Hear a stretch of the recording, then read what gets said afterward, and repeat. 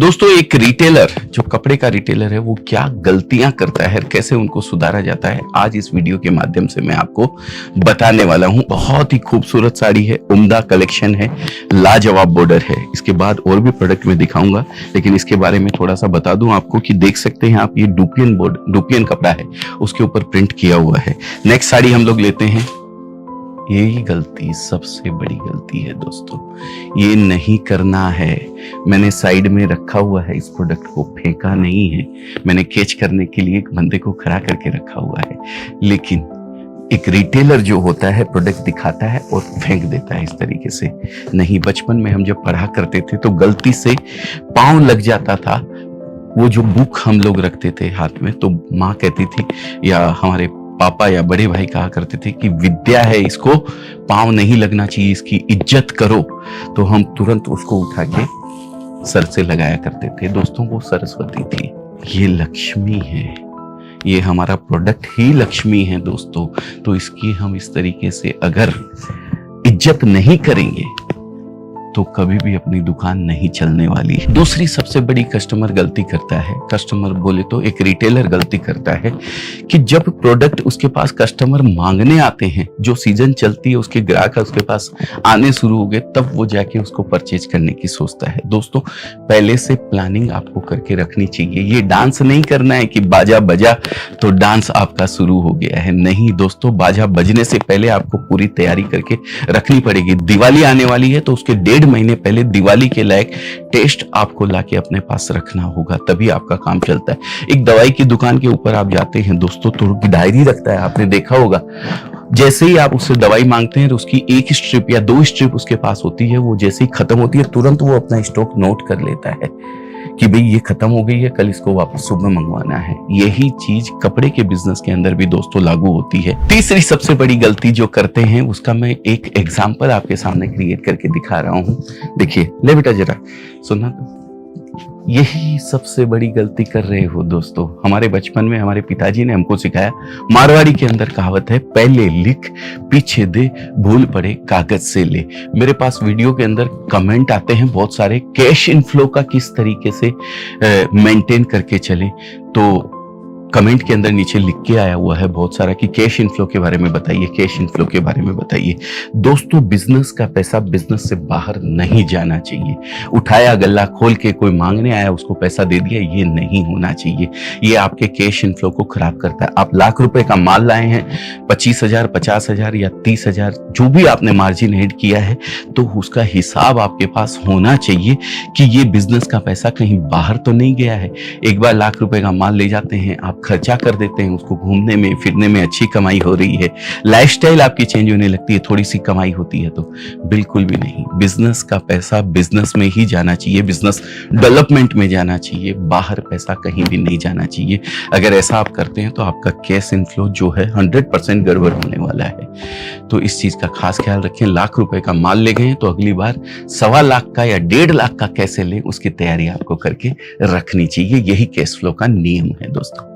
चौथा पॉइंट जो सबसे जरूरी पॉइंट है दोस्तों, कंफर्ट जोन से थोड़ा सा बाहर निकल जाइए। एक रिटेलर अपने ही गांव में बैठा बैठा कोई सैंपल दिखाने आता है, उसमें से चूज करके ले लेता है, या फिर इजी वे के अंदर जो कपड़ा बेचा जा सकता है वो सैंपल्स वो कैरी कर लेता है। उसको पता ही नहीं होता है कि भाई सूरत जो कपड़े की सबसे बड़ी मंडी है, वहां पे क्या डेवलपमेंट चल रहा है, वहां पे क्या चीज नई बन रही है, सोच भी नहीं सकता है। या फिर कितना सस्ता जो मेरे को अभी 100 रुपए में, 150 रुपए में या 500 रुपए में दिखाया जा रहा है, वही 500 रुपए वाली चीज अगर मैं सूरत से परचेज करता हूं तो शायद 450 रुपए में भी मिल सकती है या 400 रुपए में मिल सकती है, आपको पता नहीं है दोस्तों। तो थोड़ा सा कंफर्ट जोन से बाहर निकलिए, कुछ ऐसे डेवलपमेंट कीजिए जो आपकी दुकानदारी में 4 चांद लगा देंगे दोस्तों। जैसे मैं बात करता हूं पैकिंग की ही, ये देखिए आज की तारीख में ये पैकिंग सबसे जबरदस्त दिख रही है अभी दोस्तों। तो ये पैकिंग थोड़ी जगह रुकेगी आपकी दुकान के ऊपर, लेकिन ये पैकिंग रखना भी आपके लिए जरूरी है दोस्तों। लैपटॉप पैकिंग बोलते हैं इसको। मैं एक एग्जांपल आपके लिए दे रहा हूं इस पैकिंग का। इस तरीके के बहुत सारे डेवलपमेंट हो सकते हैं जो कि आप सूरत आके अपनी शॉप के ऊपर भी कर सकते हैं दोस्तों। 5वीं सबसे बड़ी गलती एक रिटेलर करता है, मार्जिन सेट करने में, मार्जिन सेट करने के बाद डिस्काउंट वगैरह देने के अंदर सबसे बड़ी कमी एक रिटेलर गलती करता है। तो मैं आपको हमेशा यही कहता हूं कि फिक्स रेट रखिए अपनी दुकान के ऊपर। आप मार्जिन शुरू में ही कम लीजिए, कोई दिक्कत नहीं है, लेकिन किसी कस्टमर के आने पे उसने बोला कि नहीं यार 400 रुपए तो इसका ज्यादा है या 300 रुपए इसका ज्यादा है, थोड़ा कम कीजिए ना। आपने अच्छा ठीक है 250 रुपए में ले जाओ या 250 में ले जाओ या 350 में ले जाओ, ये नहीं होना चाहिए। हर एरिया का अलग अलग सिस्टम होता है। हो सकता है आपके एरिया के अंदर लोगों को डिस्काउंट पसंद आता हो, लेकिन वो डिस्काउंट की जो पॉलिसी है वो सबके लिए आपको एक रखनी चाहिए। शुरू में हो सकता है दोस्तों आपको दिक्कत आए, तकलीफ आए, लेकिन अगर आपने विश्वास जनरेट कर लिया है ना अपने कस्टमर्स के सामने, कोई भी बाहर जाके बात करे कि यार अजमेरा में चले जाओ, किसी के लिए कोई फर्क नहीं है, बच्चा बूढ़ा और जवान कोई भी आज हमारे यहाँ आके ये नहीं कह सकता है कि अजमेरा के अंदर दो रेट की दुकानदारी होती है। कभी भी किसी भी रेट, किसी भी आइटम का रेट आपने चाहे ऑनलाइन पूछा हो, यहाँ आके खरीद रहे हो, अगर 300 रुपए प्राइस बता दिया है तो 300 ही आपको लगने वाला है। यही विश्वास गेन किया है दोस्तों अजमेरा फैशन में पिछले 32 साल के अंदर। छठी सबसे बड़ी गलती करता है एक रिटेलर, उधार की उम्मीद करता है दोस्तों। उधार कपड़ा खरीदता है, बोलता है कि मेरे एरिया के अंदर मुझे वहां से उधार मिल जाता है। दोस्तों कोई भी कपड़ा अगर उधार बेचता है तो अपना सब कुछ उसके अंदर कैलकुलेशन करके रखता है, जोड़ के रखता है पहले से कि उसका पेमेंट 3 महीने में आने वाला है, 2 महीने में आने वाला है या 6 महीने में आने वाला है। कोई अपने घर से आपको देने वाला नहीं है दोस्तों। तो आप अगर उधार परचेज कर रहे हो तो जो 100 रुपए वाली साड़ी है या 200 वाली साड़ी है वो कितनी महंगी आपको पड़ रही है ये आप कैलकुलेशन भी नहीं कर सकते हो।